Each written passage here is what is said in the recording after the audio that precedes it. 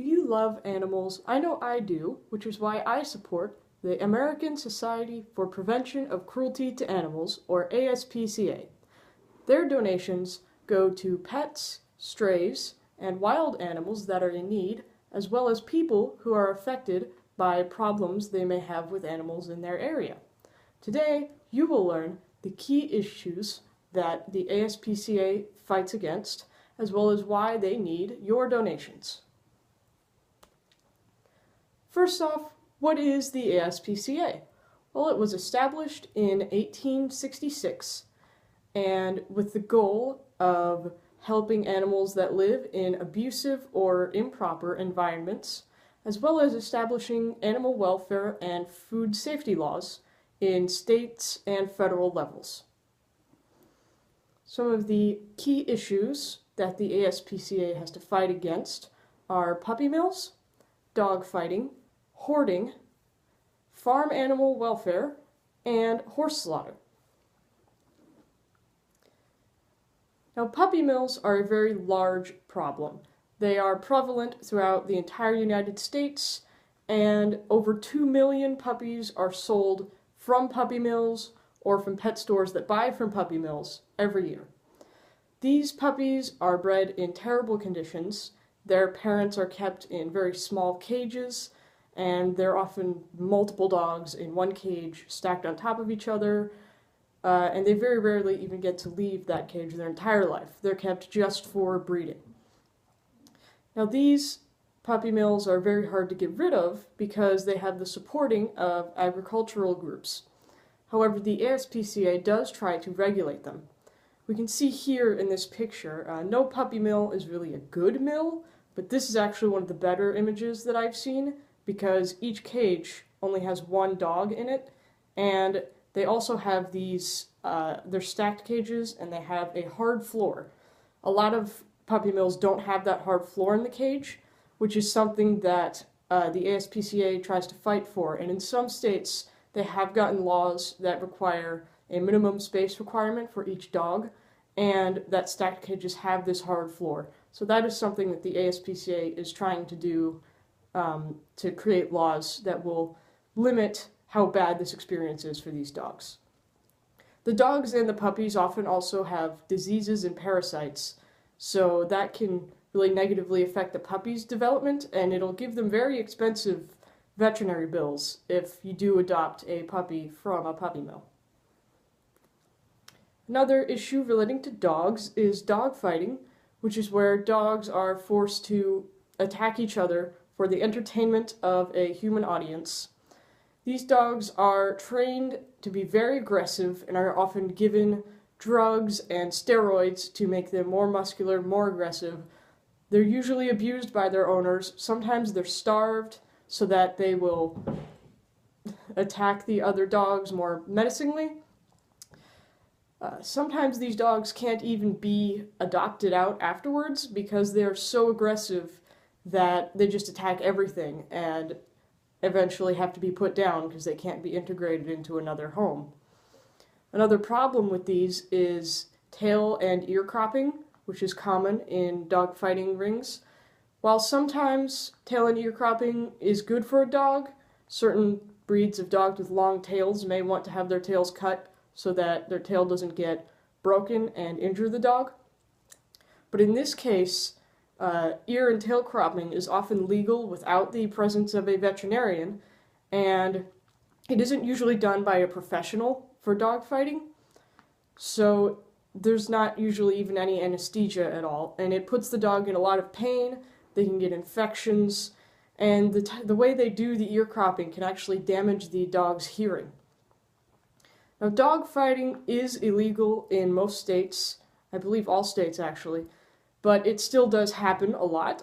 So the ASPCA has websites where they educate about the problems with dog fighting, how to spot a dog fighting ring in your area, and they also raid dog fighting rings and support other raids of these rings so that they can help these animals escape these situations where they are given these injuries and it's not treated medically by a veterinarian.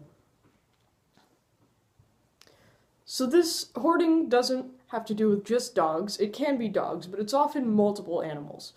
And it even goes hand in hand with hoarding objects. People often have homes that are full of things and full of animals, and the animals are not correctly medically treated, they're starving, they sometimes aren't neutered, and this is a problem for the animals and the people. You can see here in this house with the rabbits that this is a bathroom, I think, and it's incredibly dirty. It's very unsanitary. It's unhealthy for both the person and the animals. And it's even worse for the person because they can get kicked out of their house due to noise complaints from all the animals or because of fire hazards. And these animals always have parasites and diseases that can affect, neighboring dogs. Like if someone's dog goes into that person's house or near it, maybe they'll get a parasite. So this is a big problem for neighborhoods, and the ASPCA supports the social workers that go to these houses to try to help these people kind of give up their animals and get down to a more manageable number. And they also treat any animals they can that are found in hoarding houses and try to help them get adopted out. Now, these issues that the ASPCA fights don't only have to do with pet animals, they have to do with farm animals as well. Now, there's some controversy as to whether meat animals like cows and pigs should be treated ethically, since they're just going to be killed anyway.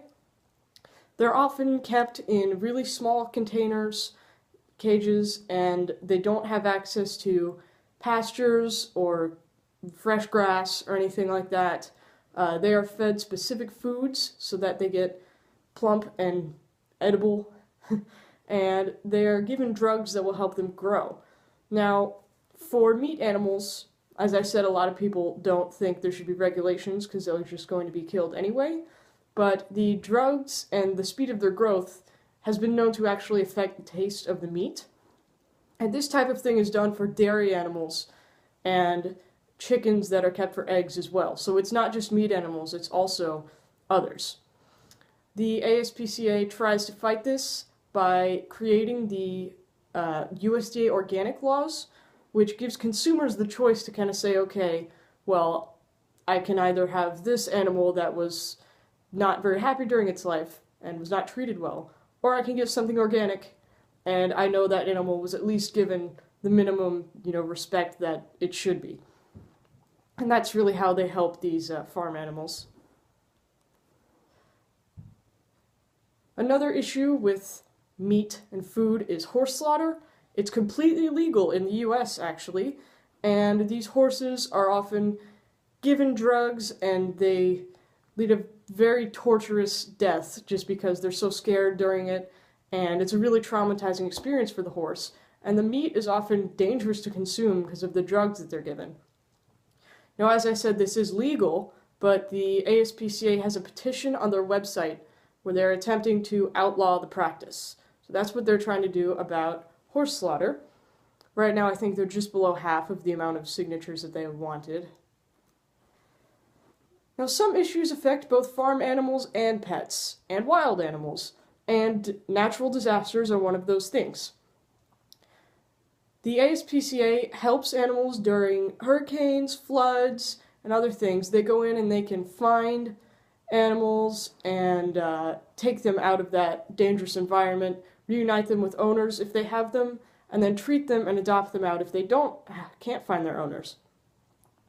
They've also, after Hurricane Katrina and in similar disasters, they train volunteers to know what to do if something were to ever happen again, so that the area will be more prepared and more pets and more farm animals can be saved from the disasters. Now, the ASPCA helps both people and humans, whether it be from a puppy with parasites, dogs that are very aggressive, hoarding houses that give diseases to neighborhoods, or contaminated meat. And This is why I really think we should support the ASPCA, because not only do they help our pet animals and the ones that we find cute, but they help us in sort of an indirect way, because the benefit of these animals is also benefits humans. That's why I created this poster in support of donating to the ASPCA to help with dog fighting, puppy mills, hoarding, horse slaughter, and farm animal welfare. Donate to the ASPCA because your animal friends will thank you, and so will your human friends. Thank you. Now we've got my works cited here. It's 2 pages. This is all the pictures I used. And then these are the pictures I used for the actual poster. So that's the cat and the logo and the horse and the dog. All right, thank you.